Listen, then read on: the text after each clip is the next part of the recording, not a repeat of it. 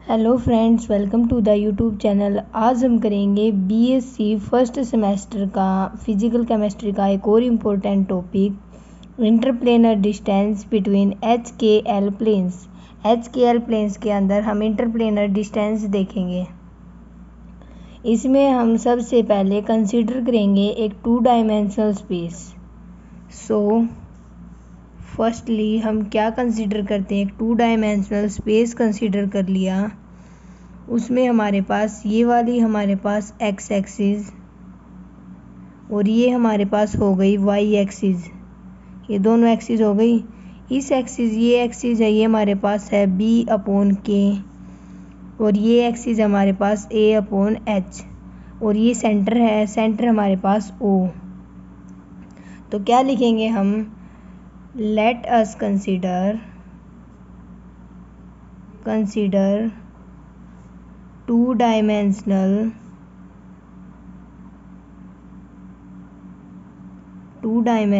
Lettuce. हम एक 2 dimensional lettuce consider करेंगे जहाँ पर जो स्मॉल ए है does not equal to B. ये हमारे पास क्या है, स्मॉल ए, ये स्मॉल बी, ये दोनों इक्वल नहीं है। फिर हमने कंसीडर करेंगे लेट एक ए बी लाइन कंसीडर करेंगे। तो यहाँ पे हमारे पास ए पॉइंट हो गया, यहाँ पे बी पॉइंट। इनको जब हम मिला देंगे तो हमारे पास क्या हो गई, ये एक ए बी लाइन बन गई। तो ये भी एक प्लेन हो गया जो क्या है, मिलर इंडिसेस के साथ है। तो नेक्स्ट लाइन में हम क्या लिखेंगे, let A B be the plane. A B क्या हमारे पास प्लेन है जो विद मिलर इंडिसेस। और जो हमारे पास जो मिलर इंडिसेस है वो हमारे पास क्या गिवन है, एच के एल हमारे पास मिलर इंडिसेस हैं। और हमने ये देखा जो ए अपॉन एच हमारे पास ये किस एक्सिस पे है, ऑन ए एक्सिस या फिर वाई एक्सिस। और बी है हमारे पास जो ये बी अपॉन के, ये बी एक्सिस पे है या फिर बोल दो वाई एक्सिस।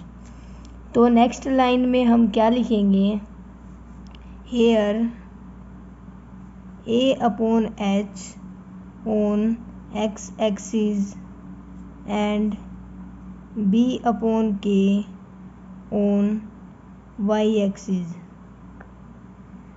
इतना लिखने के बाद अब हम यहाँ पर एक परपेंडिकुलर ड्रा करेंगे। तो let us draw a perpendicular starting from the origin O and इसका नेम होगा यहाँ पर पी और जो इसकी जो डिस्टेंस हो जाएगी वो हमारे पास होगी डी। और जो ये ए बी है इन दोनों के द्वारा हमारे पास क्या आ जाएगी वो हम निकालेंगे। तो वो हमारे पास होगी इन दोनों का स्क्वायर, ए अपॉन एच का square plus B upon K का स्क्वायर का अंडर रूट। तो इसके बाद हम क्या लिखेंगे, हम कंसीडर करेंगे ड्रॉ ए परपेंडिकुलर स्टार्टिंग, जो स्टार्ट हो रहा है from the origin O,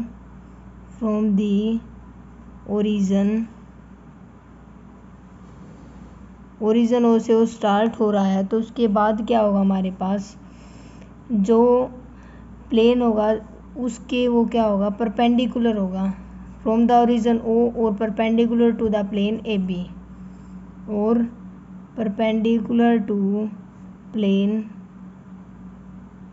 A B. फिर इसके बाद हम एक राइट एंगल ट्रायंगल है जो हमारे पास ओ ए बी, इसके द्वारा क्या निकालेंगे, ए बी की वैल्यू। तो इसमें क्या होगा, हमारे पास इन दोनों का स्क्वायर रूट किसके इक्वल आ जाएगा, हमारे पास ए बी के इक्वल। तो क्या लिखेंगे इसके बाद, in triangle O A B we have, क्या होगा हमारे पास जो ए बी है हमारे पास किसके इक्वल हो जाएगी, under root A upon H का पावर 2 प्लस बी अपॉन के पावर 2 पूरे का अंडर रूट। इसको हम बोलेंगे इक्वेशन फर्स्ट। इसके बाद दो ट्रायंगल लेंगे हम, ओ ए पी ट्रायंगल और फिर ओ ए बी, ये दो ट्रायंगल हम यहाँ पे लेंगे। इन दोनों ट्रायंगल से हमारे पास क्या आ जाएगा, देखिए, फोर सिमिलर ट्रायंगल, जो हमारे पास ये सिमिलर ट्रायंगल हैं O A P and O A B, जो क्या हो जाएगा O P upon O A is equal to O B upon A B के इक्वल हो जाएगा। और इसे हम क्या बोलेंगे, इक्वेशन नंबर 2। इस इक्वेशन में हमारे पास जो ओ पी की वैल्यू है फ्रॉम दी डायग्राम देखें तो हम क्या है, ओ पी की वैल्यू हमारे पास है डी, ओ ए की वैल्यू हमारे पास ए अपॉन एच, और जो हमारे पास बी बाय के है वो किसकी वैल्यू है, हमारे पास ओ बी की वैल्यू है। तो और ए बी की वैल्यू हमने यहाँ से निकाल ली, तो ए बी की वैल्यू हमारे पास ये हो गई। तो इसके बाद अब हम इनकी वैल्यू इस इक्वेशन के अंदर पुट करेंगे। Now we put the equation of O A, O B और ओ पी और A B from the diagram and this. तो हमारे पास जो क्या होगा, जो क्या पुट करेंगे, ओ ए हमारे पास किसके इक्वल है, ए अपॉन एच के, ओ बी किसके इक्वल है, B upon K, O P किसके इक्वल है, डी के, और ए बी हमारे पास under the root A upon H raise to the power 2 plus B upon K पूरे की पावर 2। ये हमारे पास इनकी चारों की वैल्यू आ गई। अब हम इन चारों को इस इक्वेशन के अंदर पुट करेंगे। इस इक्वेशन के अंदर पुट करने के बाद हमारे पास क्या होगा, देखिए, जो नेक्स्ट टर्म हमारे पास क्या बनेगी, ओ पी की जगह हम पुट करेंगे डी और A upon H is equal to B upon K put कर देंगे उसकी जगह, और ए अपॉन एच पूरे की पावर 2 बी अपॉन के पूरे की पावर 2 अंडर रूट, ये हमारे पास ए बी की जगह पुट करेंगे हम। इसके बाद हमारे पास क्या होगा, देखिए, इसके बाद हम इनको क्रॉस मल्टीप्लाई कर देंगे। तो क्रॉस मल्टीप्लाई करने से क्या होगा, D under the root A upon H पूरे की power 2 plus B upon K पूरे की power 2 is equal to B upon K A upon H. अब यहाँ से हमारे पास क्या होगा, देखिए, हम स्क्वेयरिंग बोथ साइड कर देंगे, जिसके कारण जो स्क्वेयर करने से जो ये अंडर रूट हमारे पास कैंसिल हो जाएगा। तो क्या लिखेंगे, ऑन स्क्वेयरिंग बोथ साइड हम स्क्वेयरिंग करेंगे तो हमें क्या मिलेगा, देखिए, D square multiply A upon H square plus B upon K square is equal to B upon K square into A upon H square. इतना हो गया। इसके बाद हमें क्या करना है, इसके अगले वाले स्टेप में जो ये हमारे पास, इसको हम यहाँ पर ले आएंगे और डी स्क्वेयर को 1 के नीचे ले जाएंगे। ये यहाँ पे आया तो 1 बचेगा यहाँ पर, तो 1 के नीचे ये जाएगा तो 1 अपॉन डी स्क्वेयर। तो क्या हुआ, देखिए, ए अपॉन एच पूरे की power 2 plus B upon K पूरे की power 2 upon B upon K पूरे की power 2 plus multiply A upon H पूरे की power 2 is equal to 1 upon D square. अब क्या करेंगे, ये प्लस में है तो ये दोनों टर्म इसके नीचे जाएंगी और इसके नीचे भी दोनों टर्म चली जाएंगी। तो फिर क्या होगा, ए अपॉन एच का square upon B upon K का square multiply A upon H का square plus B upon K का square upon B upon K raise का स्क्वेयर ए अपॉन एच का square is equal to 1/d²। इतना हो गया। तो ये टर्म देखो यहाँ पर दोनों सेम, यहाँ पे ये दोनों टर्म सेम, तो ये क्या हो जाएंगे कैंसिल। ये टर्म कैंसिल होने के बाद अब हम क्या लिखेंगे 1/b/k² plus 1/a/h² is equal to 1/d²। अब क्या होगा 1/b² plus 1/a² is equal to 1/d²। अब क्या करेंगे, जो k² क्या हो जाएगा ऊपर चला जाएगा, k²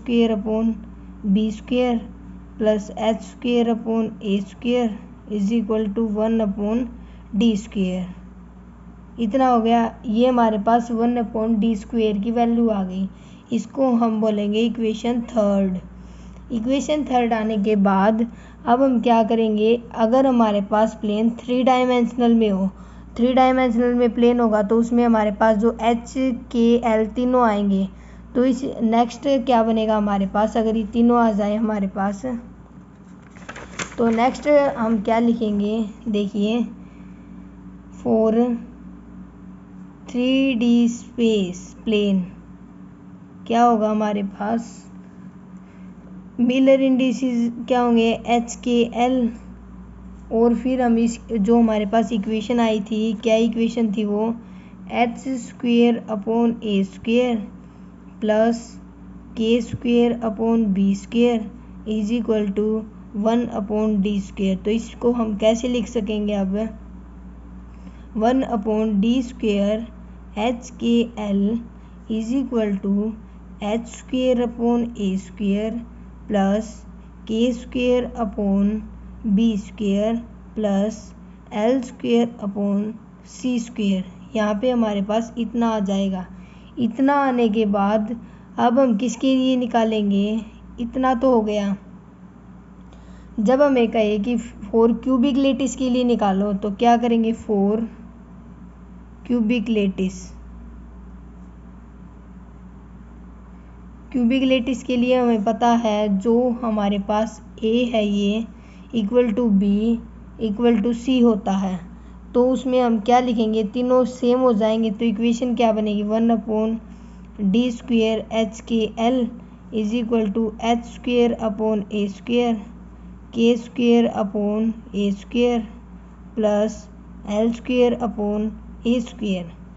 अब हम इसका एलसीएम a² लेंगे तो क्या बन जाएगा 1/d² HKL LCM a² h² k² plus L²।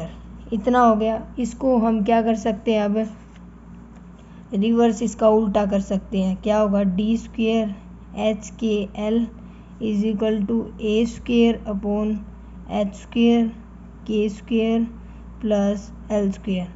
अब जो यहाँ पर स्क्वेयर उसको उस साइड ले जाएंगे, तो स्क्वेयर उस साइड ले जाने से क्या होगा DHKL आ जाएगा।